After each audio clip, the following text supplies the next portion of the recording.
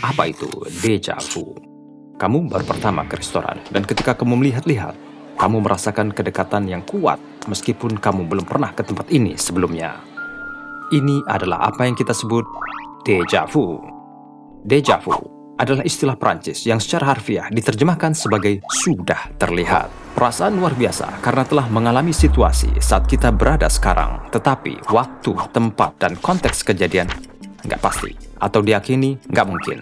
Meskipun beberapa orang menafsirkan deja vu sebagai konteks paranormal, seperti pengalaman kehidupan masa lalu, para ilmuwan dan psikolog menjelaskannya sebagai misfiring neuron sesaat di otak yang menciptakan koneksi keliru.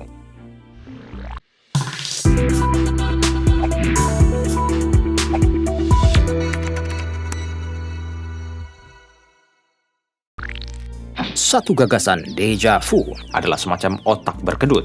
Bagaimana dan mengapa deja vu terjadi? Hampir 60 hingga 80% populasi bumi telah mengalami perasaan deja vu. Tetapi, bagaimana fenomena aneh ini terjadi? Sayangnya, tidak ada penjelasan tunggal untuk deja vu. Pengalaman ini terjadi tanpa pemberitahuan sebelumnya dan sangat singkat, dan karenanya hampir mustahil untuk dipelajari karena para ilmuwan tidak bisa duduk dan menunggu sampai hal itu terjadi. Ada beberapa teori yang mencoba menjelaskan deja vu. Mari kita bicara tentang dua yang paling umum yang banyak digunakan saat ini. Seperti tahu, ingat, kenal. Seseorang baru pertama pergi ke sebuah kota dan jalan-jalan di taman.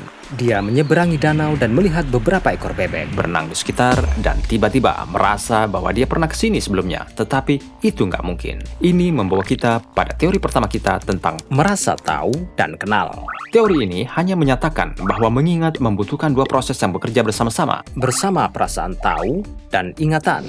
Otak kita terus-menerus memindai lingkungan kita untuk menentukan apakah benda atau situasi dikenal.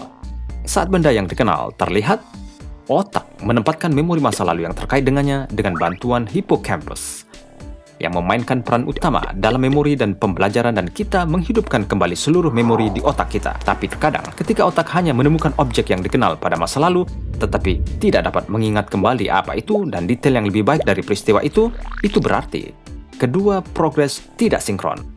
Karenanya, kita dibiarkan merasa tahu tanpa bisa mengingat. Itulah saat kita mengalami deja vu. Tetapi ini tidak menjelaskan mengapa kita mengalami deja vu untuk kejadian yang benar-benar asing, atau mengapa kita tidak mengalaminya pada setiap objek yang dikenal. Ini dapat dijelaskan dengan teori kedua kami, perhatian bercabang. Jika kita mengambil contoh taman yang sama dengan seseorang yang fokus pada ayunan. Ketika kita benar-benar fokus pada satu bagian dari lingkungan kita dan bagian dunia yang lain terbawa ke alam bawah sadar, dan tiba-tiba kita tersadar dan rasanya seperti kita pernah ke tempat ini sebelumnya, dan pada kenyataannya sudah. Hanya sekarang ini kita tidak memperhatikannya. Saat kita berkonsentrasi penuh pada satu objek tertentu, otak kita bekerja dan secara subliminal dia berada di bawah kesadaran kita, mengamati lingkungan, dan karenanya kita merasakan perasaan deja vu. Jadi, itu dia deja vu untukmu. Bagaimana jika kamu bisa menghidupkan kembali momen favorit masa kecilmu kembali ke masa lalu? Bagaimana jika kamu bisa melihat seperti apa penampilanmu saat tua? Apakah ada cara kita bisa melakukan perjalanan kembali ke masa lalu atau ke masa depan? Apakah perjalanan waktu itu mungkin? Sebenarnya kita semua bepergian sesuai waktu, namun realitanya sangat kacau. Tidak semua ilmuwan percaya bahwa perjalanan waktu adalah mungkin. Beberapa orang berpendapat ini berbahaya dan suatu upaya akan berakibat fatal bagi orang yang memilih melakukannya. Tapi kami ingin tahu, dan kamu juga. Jadi, mari kita lihat beberapa teori time travel.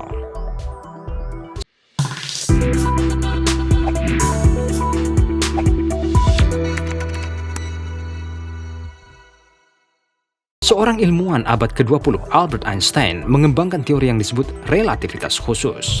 Teori relativitas khusus Einstein mengatakan bahwa waktu melambat atau bertambah tergantung pada seberapa cepat kamu relatif bergerak terhadap sesuatu yang lain. Semakin cepat kita melakukan perjalanan melalui ruang, semakin lambat kita melakukan perjalanan melalui waktu. setidaknya menurut pengamat stationary. Mari kita ambil contoh paradoks kembar untuk memahami relativitas khusus. Paradoks kembar adalah eksperimen pemikiran dalam relativitas khusus yang melibatkan si kembar identik. Salah satu dari si kembar, John, memutuskan melakukan perjalanan keluar angkasa dengan roket berkecepatan tinggi, sementara kembar lainnya, Jack, tetap berada di bumi. Katakanlah, usia si kembar adalah 15 tahun.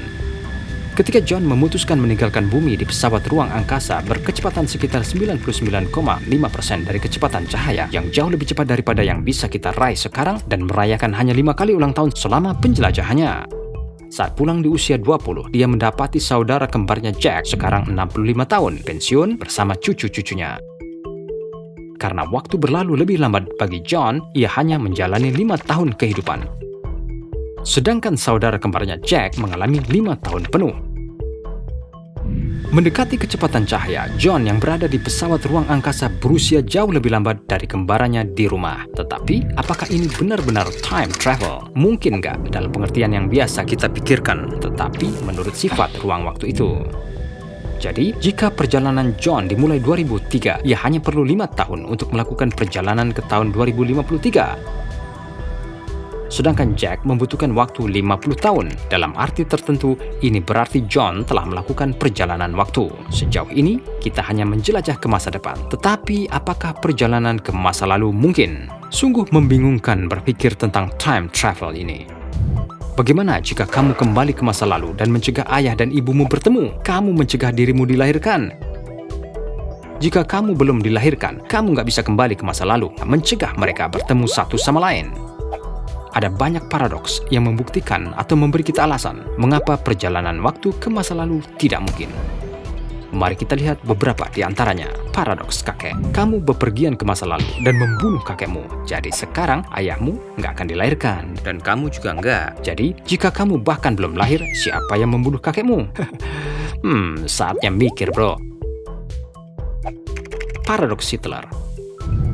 Kamu kembali ke masa lalu dan membunuh Hitler. Sejarah berubah dan sekarang nggak ada Hitler. Sekarang, jika Hitler nggak ada, ngapain kamu kembali untuk membunuhnya? Paradoks loop tanpa henti. Seorang pria kembali ke masa lalu dan menikahi seorang wanita. Setelah itu, ia kembali ke masa sekarang. Wanita itu hamil dan sekarang punya anak. Bertahun-tahun kemudian, anaknya menjelajahi masa lalu dan menikahi wanita itu. Jadi sekarang, siapa anaknya dan siapa ayahnya? Jika kenyataannya, para ilmuwan ini benar dan dengan asumsi bepergian ke masa lalu akan menimbulkan paradoks, maka kita punya jawaban. Perjalanan waktu ke masa lalu nggak mungkin. Jadi, menjawab pertanyaan kamu, apakah perjalanan waktu mungkin? Untuk masa depan, ya. Tetapi untuk masa lalu, tidak. Untuk saat ini. Musik. Satu-satunya bahasa yang dimengerti semua orang, tak peduli apa budayanya. Musik sangat menyentuh kita. Genre apapun, kita jelas tak perlu riset untuk mendukungnya. Kita semua pernah mengalaminya, bukan? Bayangkan, kamu nggak bisa menghindari mengetuk kaki, menjentikkan jari, angguk-angguk kepala, atau goyang sambil jalan. Bisa dibayangkan dunia tanpa musik. Meskipun, pernahkah kamu bertanya-tanya bagaimana musik mempengaruhi otak? Penasaran?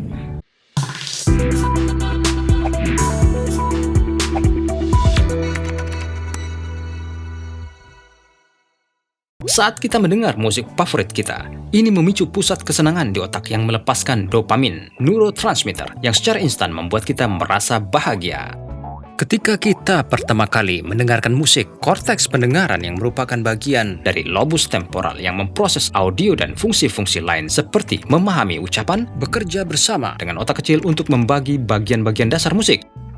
Nada dan volume. Otak kecil juga berfungsi sebagai agen yang menghubungkan amigdala, yang merupakan seperangkat neuron yang terletak jauh di lobus medial otak dan bertanggung jawab untuk memproses emosi, yang mengarah ke dopamin. Ingat, ketika kamu merasakan kesenangan atau kedinginan saat mendengarkan lagu, inilah tepatnya bagaimana musik bekerja bersama otak kita untuk membuat kita merasa baik, kompleks dan indah pada saat yang sama, kan? Berbagai genre musik memicu emosi yang berbeda di otak kita. Pop. 1. Hip-hop, country, dan reggae. Genre ini tentu berbeda satu sama lain tetapi memiliki efek yang sama pada otak kita. Bawaan musik yang cepat, berulang, dan asik membuat pendengar senang dan ingin menari atau bernyanyi bersama. Genre ini pelepas penat rutinitas harian yang sempurna. 2. Metal dan rock. Musik metal dan rock diketahui bisa membantu mengatasi stres dan perasaan tertekan. Ironi genre ini adalah bahwa geraman, jeritan, tabuhan drum sebenarnya membantu orang merasa lebih tenang dan mengurangi tekanan mereka. 3. Klasik dan jazz. Klasik dan jazz adalah genre yang lebih kompleks, yang memiliki not musik baru di hampir setiap bagian, bukan pengulangan. Mendengarkan genre ini membantu meningkatkan fokus dan perhatian visual, juga memicu sikap positif. 4. EDM dan trance. EDM atau Electro Dance Music dan Trance Music secara instan membebaskan dan mentransfer kamu ke level yang sama sekali baru. Orang-orang yang menikmati genre ini mengungkapkan suasana hati yang tinggi dan bahagia setelah mendengarkan musik mereka. Sekarang kita tahu apa yang disuarakan orang bawel. 5. Musik melankolis. Berlawanan dengan reputasinya, musik melankolis sebenarnya membantu pendengar memproses perasaan mereka sendiri melalui musiknya sang artis, berefleksi, dan akhirnya merasa lebih baik. Jadi, lain kali, nggak usah malu larut dalam musik melankolis jika kamu sedang galau. 6. Penyembuhan atau musik meditasi. Mendengarkan genre musik ini adalah terapi. Ini memiliki dampak langsung pada sistem saraf parasimpatis yang membantu tubuhmu rileks dan siap terlelap. Musik penyembuhan juga membantu kamu menjadi tenang saat cemas dan dikenal sebagai genre yang sempurna untuk berlatih meditasi. Musik adalah pelarian dan memiliki kekuatan untuk mempengaruhi kamu dengan setiap nada. Menjadi pendengar musik yang aktif juga membantu mengurangi kemungkinan kejang, menjadikanmu komunikator yang lebih baik, membangkitkan kenangan, membantu pasien Parkinson, membuat orang jadi lebih kuat secara mental. Sekarang kita tahu bahwa musik adalah pengaruh yang sehat bagi otak kita dan bukan hanya selingan belaka. Jadi, apa yang ada di playlist kamu selanjutnya?